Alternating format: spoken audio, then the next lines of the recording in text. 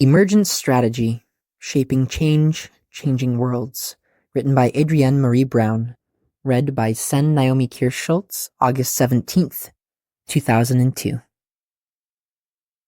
Introduction, Part 2. Together, we must move like waves. Have you observed the ocean? The waves are not the same over and over. Each one is unique and responsive. The goal is not to repeat each other's motion, but to respond in whatever way feels right in your body. The waves we create are both continuous and a one-time occurrence. We must notice what it takes to respond well, how it feels to be in a body, in a whole, separate, aligned, cohesive, critically connected. I would call our work to change the world science-fictional behavior, being concerned with the way our actions and beliefs now today will shape the future, tomorrow, the next generations. We are excited by what we can create. We believe it is possible to create the next world. We believe. For me, this might be because I was born to a Trekkie, meaning one who watches Star Trek obsessively. My dad watched Star Trek in a way that seems logical to me now. He watched this post-racist narrative as black man from the deep south, bringing multiracial children into a racist world. Eyes wide, faith bubbling up. We all watched it together as his military career took our family from place to place. My parents intentionally took us away from the United States for our early years, and I think they believed that by the time we came back here, things would have changed on the race front. That didn't happen, and the time came to return to the U.S. My father was stationed in Georgia. I think what I experienced there, the casual and constant presence of white supremacy, the knee-jerk assessments of my intelligence and humanity, is one of the foundational catalysts for my study of sci-fi, apocalypse and post-apocalypse, emergence, and complexity. I thought then, and I think now, this can't be all. No one survives this way, not long-term. This can't be the purpose of our species, to constantly identify each other as quote-unquote other. To build walls between us and engage in both formal and informal wars against each other's bodies. I felt and feel miraculous. It's confusing to feel so miraculous when so many people hate my skin and my history. I see the miraculous in others, even those who hate me have heartbeats, and I generally assume have people that they love. Why can't they love me? Should I love them anyway? How can I hold these massive contradictions? I started reading sci-fi obsessively, looking for options for other worlds where I wasn't dismissed as an idealist or an inferior. On that path, I discovered Octavia Butler. Decades before my birth, she was working these same edges in her heart, pendulum swinging between curiosity, possibility, and hopelessness. Because if we can't articulate more viable futures and adapt, our human future is pretty hopeless. Octavia wrote novels with young black women protagonists, meeting aliens, surviving the apocalypse, evolving into vampires, becoming telepathic networks, time-traveling to reckon with slave-owning ancestors. Woven throughout her work are two things. 1. A coherent, visionary exploration of humanity, and 2. Emergent strategies for being better humans. A visionary exploration of humanity includes imagination. Octavia spent her life working through complex ideas of the future on behalf of humans. As long as we operate in time the way we currently do, remembering the past, observing and acting in the present, imagining the future, there will be divergent paths that are moving in and out of alignment, in and out of conflict. Imagination is shaped by our entire life experience, our socialization, the concepts we are exposed to, where we fall in the global hierarchies of society. Our ideas of right and wrong shift with time. Right now, it's clear to me that something is wrong if it hurts this planet. But if we don't claim the future, that sense of loyalty to Earth, of environmentalism, could become outdated. Kenny Bailey helped me understand this. That justice, rights, things we take for granted are not permanent. Once there were kings and queens all over Earth, and someday we might speak of presidents and CEOs in past tense only. It is so important that we fight for the future, get into the game, get dirty, get experimental. How do we create and proliferate a compelling vision of economies and ecologies that center humans and the natural world over the accumulation of material? We embody, we learn, we release the idea of failure because it is all data. But first, we imagine. We are in an imagination battle. Trayvon Martin and Mike Brown and Renisha McBride and so many others are dead because in some white imagination, they were dangerous. And that imagination is so respected that those who kill based on an imagined racialized fear of Black people are rarely held accountable. Imagination has people thinking they can go from being poor to a millionaire as part of a shared American dream. Imagination turns brown bombers into terrorists and white bombers into mentally ill victims. Imagination gives us borders, gives us superiority, gives us race as an indicator of capability. I often feel I am trapped inside someone else's imagination, and I must engage my own imagination in order to break free. All of this imagining in the poverty of our current system is heightened because of scarcity economics. There isn't enough, so we need to hoard, enclose, divide, fence up, and prioritize resources and people. We have to imagine beyond those fears.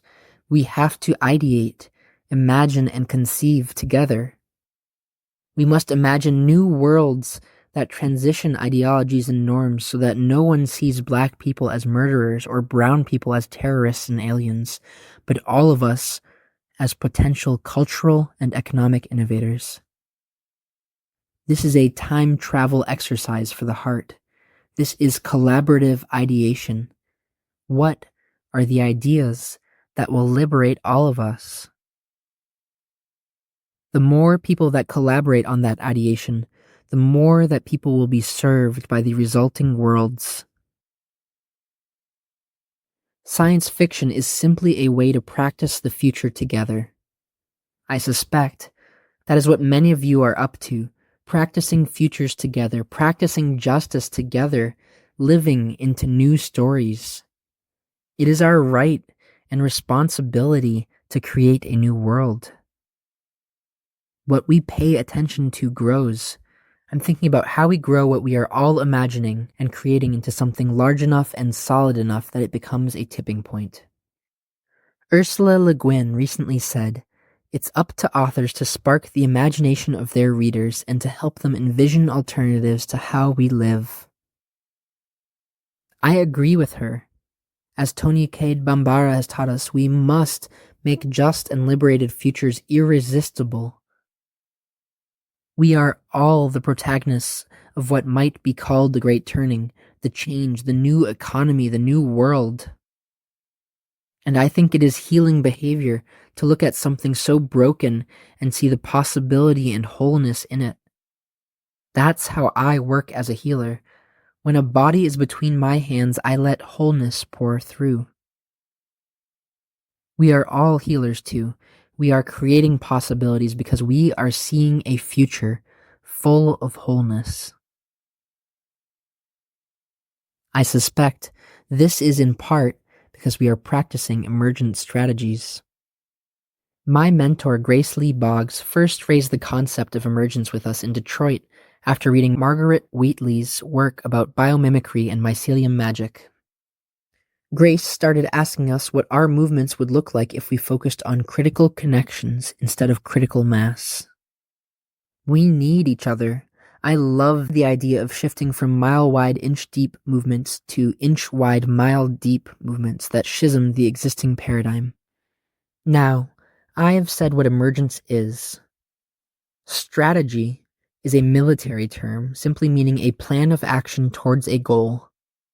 In our movements for social change, and in every other space I've ever been in, we generally use the word strategy in a positive sense. We say, "Oh wow, she or he or they are so strategic." And we mean that this person is smart, calculating, practical, a winner. But the word is actually not that discerning. Horrible, racist, sexist, ableist, patriarchal, outdated, inflexible plans can be pitched as strategic. We must be more precise. Emergent strategies are ways for humans to practice complexity and grow the future through relatively simple interactions. This juxtaposition of emergence and strategy was what made the most sense to me when I was trying to explain the kind of leadership I see in Octavia's books. It isn't just that her protagonists are black, female, or young leaders, or maybe it is because of all those things. Who leads matters. But what I notice is that her leaders are adaptive, riding change like dolphins ride the ocean. Adaptive but also intentional, like migrating birds who know how to get where they're going, even when a storm pushes them 100 miles off course. Humans, some of us are surviving, following, flocking, but some of us are trying to imagine where we are going as we fly, and that is radical imagination. Octavia's protagonists were also interdependent, often polyamorous. I suspect that Octavia understood from her own feelings of loneliness, desire, and pleasure that the personal is political, and that pleasure evokes change. Perhaps more so than shame. More precisely, where shame makes us freeze and try to get really small and invisible, pleasure invites us to move, to open, to grow. At this point, we have all of the information we need to create a change. It isn't a matter of facts. It's a matter of longing, having the will to imagine and implement something else. We are living in the ancestral imagination of others, with their longing for safety and abundance, a longing that didn't include us, or included us as an enemy, fright, or other. Octavia played with what emerged from a black woman or girl, what longings, what pleasure, what communities, what connections, what philosophies and divinities.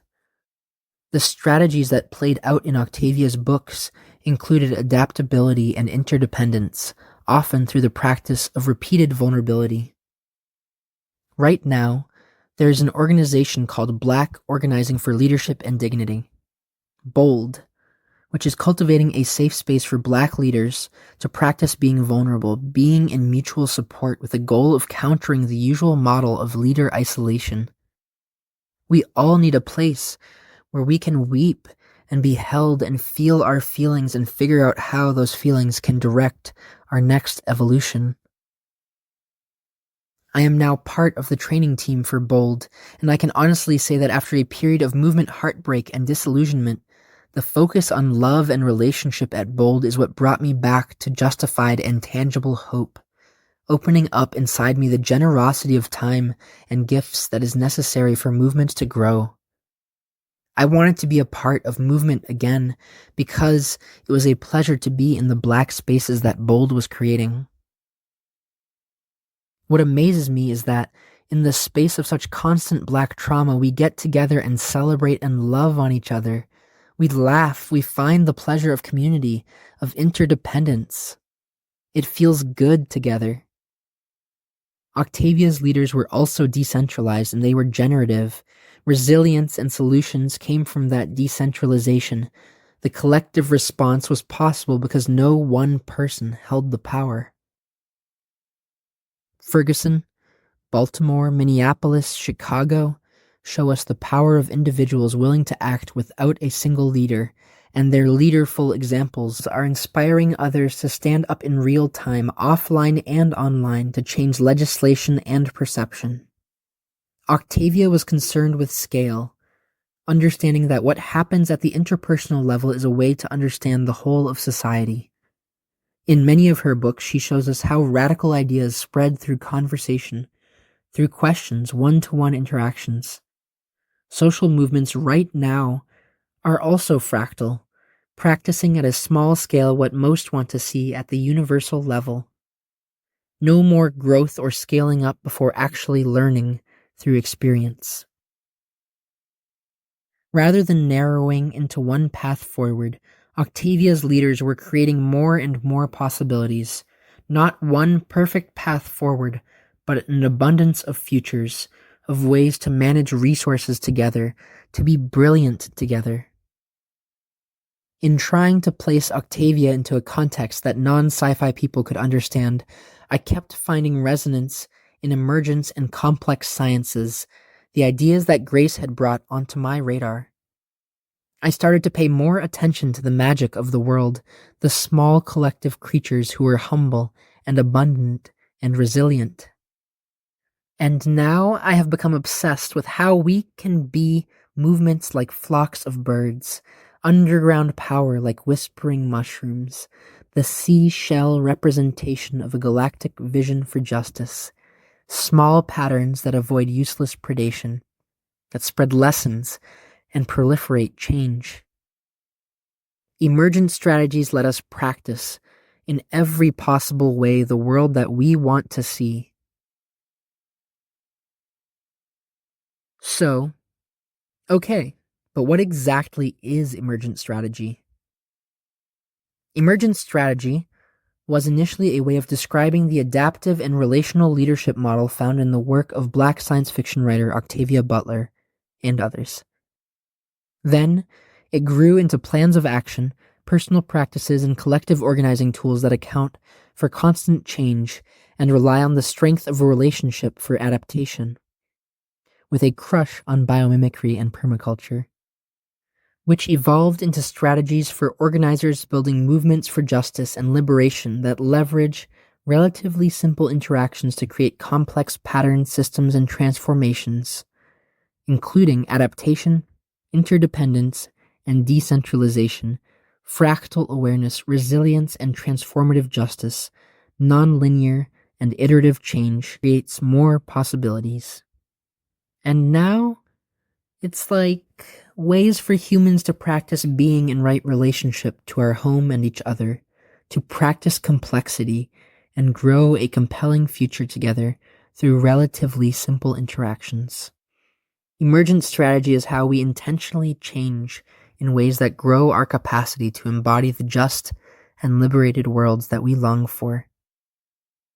And maybe, if I'm honest, it's a philosophy for how to be in harmony and love in and with the world. A complex movement. Over and over again, it becomes known. The peace we seek is seeking us. The joy a full bud, awaiting our attention, justice in our hands, longing to be practiced. The whole world learning from within this thrilling mote in the universe. Laboratory, labyrinth, internalized demands. You are the one you are waiting for. Externalized love. Bind us together into a greater self, a complex movement, a generative abundance, an embodied evolution. Learn to be here. Critique is a seductress. Her door is always open, so what if you get some? We are going further, past reform, to wonder. This requires comprehension that cannot fit in words, out beyond our children. Beyond the end of time, there is a ceaseless cycle, a fractal of sublime, and we come to create it, to soil our hands and faces, loving, and loving ourselves and all our places. Lineage of Emergent Strategy. Lineage is both important for me to name and impossible to track. I've come across these concepts in so many ways and places, primarily in the natural world, in my own body, in the development of my nibblings, in movements, including the movement for Black Lives and Occupy, in stories of how my paternal grandmother survived and created life in Pendleton, South Carolina, in stories of how my ancestors survived slavery. Every time I have worked with indigenous communities that have been able to sustain their cultural practices through the onslaught of colonialism and imperialism. As I listen, I hear emergent strategy, being in right relationship with the natural world, learning from the ways change and resilience happen throughout this entire interconnected complex system. Some Indigenous and First Nations friends and teachers have patiently listened to my discoveries around being humble in the face of the unknown, listening closely to all that is within and beyond our human ways of knowing, honoring the changes that come through longing, honoring the very small things that create the largest shifts in the world. I am the first child of two people who created a large shift for themselves from small actions of love, weighted with the context of their time, a Black man and white woman, finding lifelong, life-changing commitment in the context of white supremacy and racism, external and internal. And it was quick. A noticing each other, a flirting without words, talking, laughing, and 4 months later eloping. I showed up a year and a half later. Love overcame racist socialization, creating more possibilities between two people who had been taught that the other was dangerous. After family, there's a certain convergence of thinkers and conversations that has sharpened this particular set of concepts into something I could name and share. Most of this particular lineage happened on worn-down couches and over kitchen tables in Detroit from 2008 to 2014. In 1992, Margaret Wheatley published a book called Leadership and the New Science, based on her work with organizations and leaders on what is effective through a lens of quantum physics, biology, and chaos theory. Her key learnings were that everything is about relationships and critical connections. Chaos is an essential process that we need to engage. The sharing of information is fundamental for organizational success, and vision is an invisible field that binds us together, emerging from relationships and chaos and information. Wheatley has continued developing her thinking on how transformation happens, how communities learn and evolve. She has published a series of books in which she explores and shares her learning, including how we listen to each other and what communities around the world are doing to generate life, to generate cooperation and future together. When we met and worked together on a gathering of organizers in Detroit, I got the sense that she's a little over leadership, so I encourage you to read it for the references. It's a foundational text, and then read everything else that she is working on. Grace Lee Boggs, Detroit-based American revolutionary, my late mentor and friend, read Leadership and began to incorporate some of the ideas into speeches in her own writing in the last decade of her 100-year, 100-day life. As a thinker, I would say Grace was a voracious, efficient beast, and philosophy was her hunting ground. She stayed curious and relevant until the end, asking metaphysical questions on her deathbed. And she was usually ahead of her time. She was creating visionary fiction with Bunyan Bryant in the 1970s. During the years of our mentorship and friendship, Grace would sit in her armchair and encourage everyone who came through her doors to develop as an organic intellectual who could take these concepts into daily life and community work.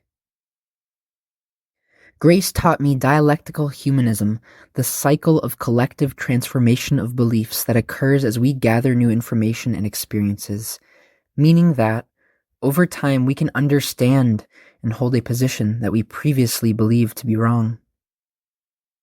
In Grace's work, that cycle of transformation was foundational, something to cultivate in young people, in communities. In addition, she resonated with Wheatley's idea that critical connections are more important in a long-term transformation process than critical mass.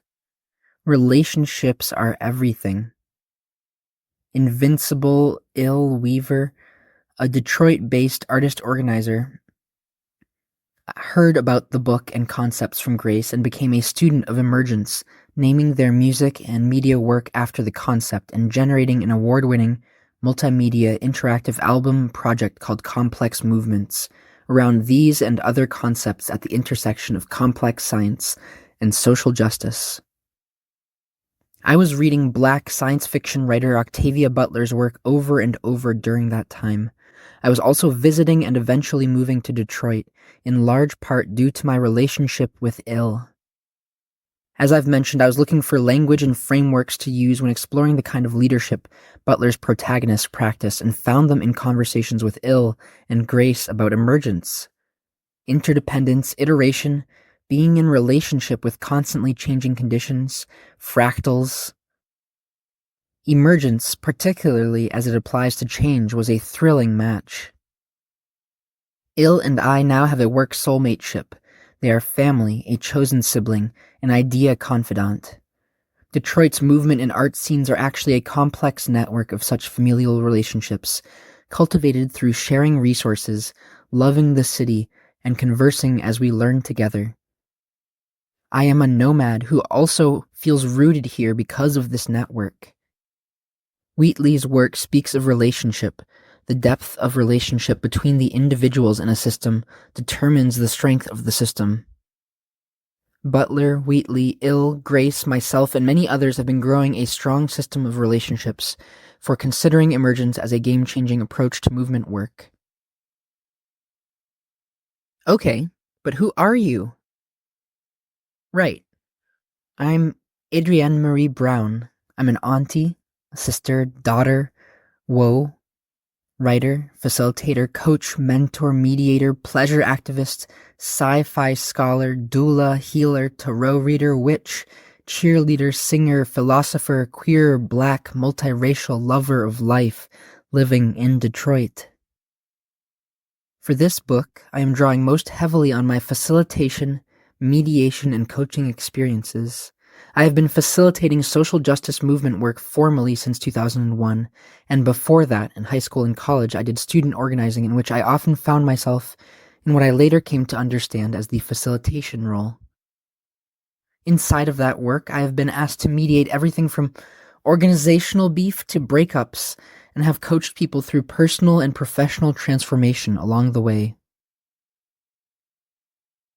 I have supported environmental, food, reproductive, gender, economic, and other justice work over the years. At times, I worked formally in organizations that do harm reduction work with active drug users and sex workers, voter organizing at the national level, food justice work in Detroit, and nonviolent direct action training, primarily supporting Indigenous peoples and other communities directly impacted by climate crisis. I also supported the Second U.S. Social Forum as a facilitator. I've held a variety of titles from assistant to coordinator to executive director. In each movement location, I felt inspired by how people can come together for something greater than ourselves. And I felt a yearning for more. Throughout this path of my jobs, I was always facilitating within and beyond the organizations I served. At its most fundamental, facilitation is the art of making things easy, making it easier for humans to work together and get things done. Quote, "There is a difference between simple and easy. Simple as in the relatively simple interactions of emergence, easy as in facilitation is the art of making things easy.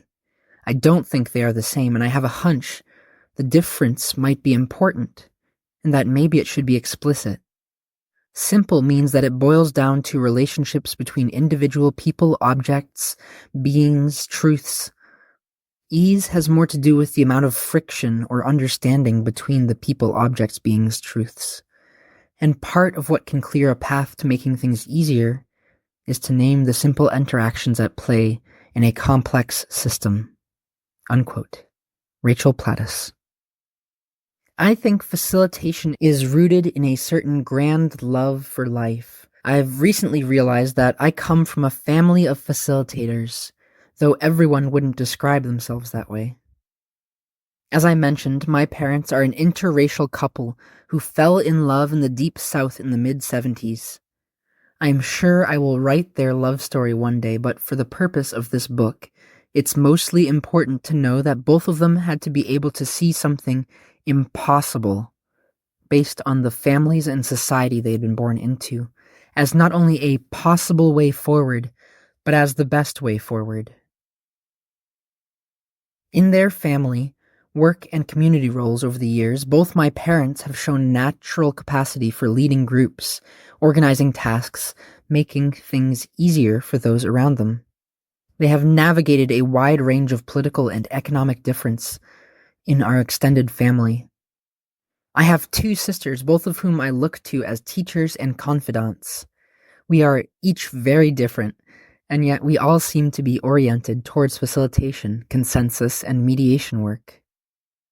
In our lifetimes, being multiracial has become more common, but navigating other people's regressive, fearful, or exoticizing ideas about our identities is one of the ways each member of my immediate family grew this skill set of being able to see what is between, what connects the things that seem separate, the ever-present whole. I also have to speak here of my evangelical maternal grandfather, Fred Mathis, who facilitated many conversations about Jesus, morality, spirit, faith, and love in his lifetime. Every single time I was in his presence, I was amazed at how quickly we were in a conversation of his choosing where he was really listening to my child thoughts about God and love and duty, where I felt I could be honest, even with my doubts, even with my heart. We often differed in opinion, which with him felt safe and even invited in a way that it wasn't and hadn't been with most other Southern white people. We would talk, and then he would get me on a horse and take me to the woods, asking me intermittently if I understood how powerful the horse was, how beautiful the land was. Though he was not a fan of my queer sexuality, the only letter I have from him includes scripture and sadness in response to my somewhat impetuous but accurate assertion that I like to sleep with everybody. He let me come back to his table, and before he left this plane, we created room to recognize each other's humanity and spirituality. I came to understand his fears were rooted in love for me and concern for my eternal soul. He came to understand I was going to find my own way, and that I loved him and was living a life he couldn't imagine. I learned from him the art of conversation, faith, and silence. My paternal grandmother, Eloise Brown, died when I was 9. One of my clearest secret memories is that I saw her impossibly on a playground shortly before I learned of her death. As I get older, I think part of her came to me to be carried for a while. I have felt her with me so closely. Most of her lessons have been passed down to me through stories about her, patched together with sparse, deep memories of her hands in my hair. Her door was always open. There was something to eat. The neighborhood kids knew they could come open her deep freezer for a popsicle. She had 7 children of her own. From her, I learned that food is an important foundation for community, and that love isn't always a doorway to forever. Sometimes it is a door to another love.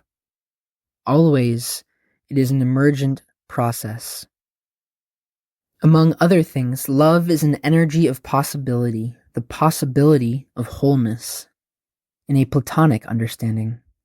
I come from a lineage of brave and radical love, and I don't think it is an accident that love has been such an overt and active force in my life, and that I have come to the conclusion that there is a science of love, a science of transformation and acceptance and gratitude that can help us to be better humans. So I will draw on that love experience as data as much as any other data presented in this book. Below are some of the other aspects of who I am in this lineage and what shapes the content gathered here. Pleasure activist. I picked up this term from harm reductionist Keith Sylar, who I met only briefly before he passed on April 5th, 2004, after 20 years of living with HIV. Initially, pleasure activism was about claiming our right to experience pleasure, to be safe and respected in the pleasures that we choose. It has expanded for me over the years as I have come to believe that facts, guilt, and shame are limited motivations for creating change, even though those are the primary forces we use in our organizing work. I suspect that to really transform our society, we will need to make justice one of the most pleasurable experiences we can have. We also have to stop demonizing pleasure.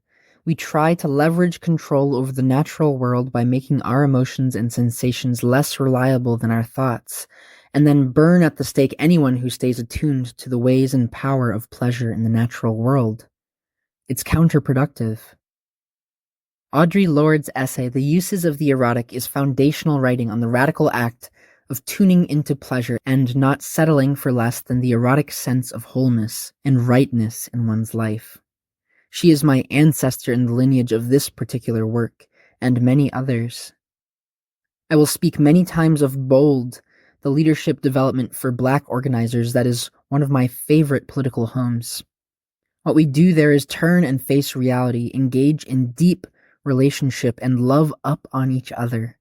It is an organizing space that is also a maroon space, and it is always a pleasure to enter. Every member of BOLD is a teacher of mine. What we pay attention to grows. This is a hard world, but it is also a world full of love and pleasure. I am of that, attending to and growing that. That, to me, is pleasure activism. I am pretty certain that the next book I write will be on pleasure activism. Healer and doula. We all have the capacity to heal each other. Healer is a possibility in each of us. In my experience, healing happens when a place of trauma or pain is given full attention and really listened to. Healing is the resilience instinct of our bodies, a skill we unlearn as we are taught to pay for and rely on data and medicine outside of our own awareness to be well. I have been discovering or surrendering to my gifts as a healer. There is a way I can open up my presence, voice, and touch to an energy greater than what my body or life has given me. Then, truth, comfort, ease, release, and other healing experiences can flow through. Wholeness and acceptance of what is can be felt. I've studied Reiki, massage, somatic bodywork, voice healing, tarot, and witchcraft as I have felt my healer capacity emerge. I place doula here because the work feels the same. A doula or birth supporter is specifically a person who supports a pregnant person before, during, and after childbirth. The role was traditionally held by women in the family or community, often working with a midwife or doctor in the process. Childbirth these days is one of the clearest examples of humans working against nature, hence the norms of sterile medicated hospital births with a drastic increase in scheduled inductions and unnecessary C-sections. I learned of these trends away from natural birth when my sister Autumn started having her babies, and she taught me a ton with her choices. I've been asked several times to be a doula and kept saying no because blood and the proximity of the words, quote, vagina and tear didn't feel like it was going to work for me.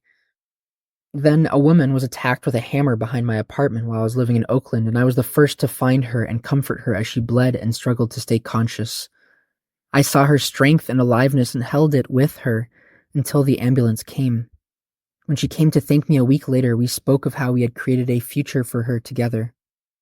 After that experience, and inspired by Autumn, I said yes the next time I was asked to become a doula, learning as an apprentice to Cynthia Jackson in Detroit. Eventually, I got to be present for the birth of Autumn's third child and be part of her support during the miscarriage of her fourth child. Life and death are transitions that want to be held gently. I have now been a doula and birth supporter for several births. The final read-through of this book was actually delayed because a dear friend brought a perfect little one into the world, and I was her doula and could not look away from the first weeks of that precious being's life. Beyond birth, I have found doula to be a role that applies to many aspects of life. Birth work teaches us to engage tension, but not to indulge drama. It is another form of facilitation, making the miraculous experience of birth as easy as possible, intervening with any systems that make the process harder, helping the family attend to each other and listen to what the body is saying, staying focused on the possibility and wisdom of the body. Standing or sitting with someone as they remember their own wholeness. That is the work of the healer and the doula. My healing work is just pushing back the external world, making more space for people to feel themselves. Detroit musician, spiritual teacher, friend Sterling Tolles told me he considers himself a, quote, dressing room where people can try on their most authentic selves, end quote. And this has been a guiding visual for me when I am engaged in my healing work. As he said in the opening of the 2016 Allied Media Conference, it's okay to feel beautiful in the process of creating justice. Writer and artist. My mom says writing came first, and it certainly has been the most consistent kind of work I have done in my life. Writing, creating, drawing, singing. I am better at some forms of creating than others, but I enjoy all of it. And I have to write in some form every day. It's how I understand the world. Toni Cade Bambara, a Black feminist writer-organizer who left lots of wisdom for us, said two things that I turn to when I start to wonder if art is enough of a contribution. On one hand, as I referenced earlier, she said, quote, the role of the artist is to make the revolution irresistible, end quote. On the other hand, she said that, quote, writing is one of the ways I participate in transformation, end quote. From this wisdom combination, I see that I am charged to write about the revolutions I long for, and that any writing I do, even if it isn't explicitly political, is still a transformative act. I apply this to my songs, my self-portraits, my poems, understanding that when a Black, queer, thick artist woman intentionally takes up space, it creates a new world. Independent science and visionary fiction scholar. I read sci-fi and visionary fiction as a political, sacred, and philosophical text, and I engage with others who read it that way.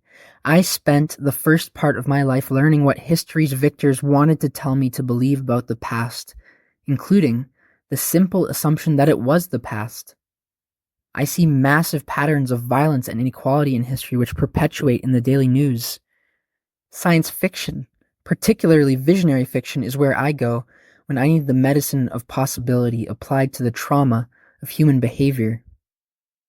While I have done deep dives in the work of Samuel Delany, Ursula Le Guin, and others, I started this scholarship in earnest with Octavia. She presented perspectives on the future that were terrifying and compelling, and she took my breath away with her ideas for how to navigate change. She said, all that you touch, you change. All that you change, changes you. The only lasting truth is change. God is change. If we accept the scientific and science-fictional premise that change is a constant condition of this universe, then it becomes important that we learn to be in right relationship with change. After much deliberation, I have opted not to include a bunch of Butler analysis and spoilers in this book. Her work is incredibly strong and clear. If you haven't read it, feel free to put this book down and go read everything she wrote, and then pick this back up. Warning, I reference her constantly and casually in these pages as if you have also read the work and know what I am talking about. That's true of almost everyone I reference. This book is not about analyzing other people's books or work. If you want more, go read the people and books I reference and then consume the works they reference. I want to move forward from where others ended, or at least from the point of impact between their work and my own. So Wheatley, Boggs, Butler, my family, my passions, all of these are teachers of emergence for me.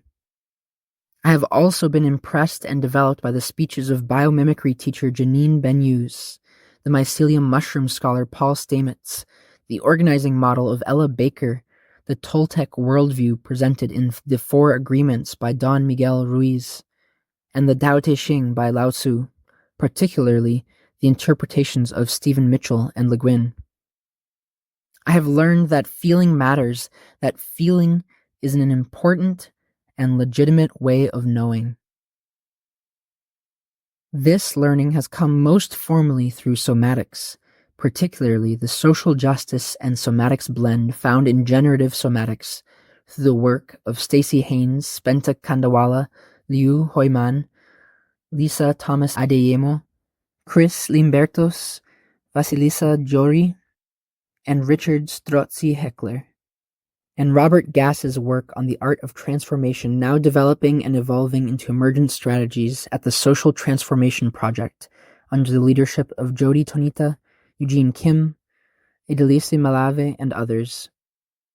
And Star Wars, The Force, William Gibson Idoru, China Miyevel, Dream Shit, Nalo Hopkinson, Sensual Breathtaking Magic, The Zapatistas, Many Worlds Exist, The Black Panthers Meet the Biological Needs of a Community as a Mode of Organizing, Black feminist artists Audre Lorde, June Jordan, Lucille Clifton, and Toni Cade Bambara create as a form of revolution, Gloria Anzaldúa, and many more.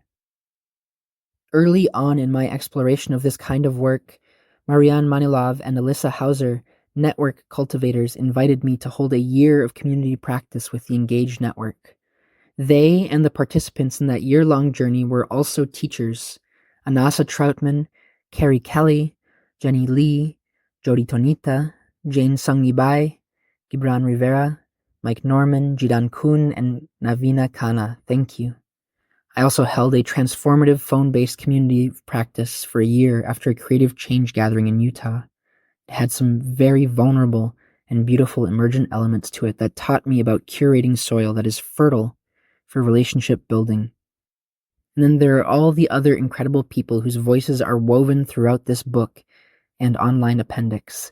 They each taught me something about emergent strategy, and there are many more teachers whose voices are not in this book. I think that the best I can do on explicit lineage, feel free to remind me of anything I missed. Basically, I see emergence everywhere, and I feel positively obsessed with the possibilities of being awake to it. Without positive obsession, there is nothing at all. Octavia Butler. This has been the Introduction to Emergent Strategy, Shaping Change, Changing Worlds, written by Adrienne Marie Brown, read by Sen Naomi Kirst-Schultz. Thanks for reading.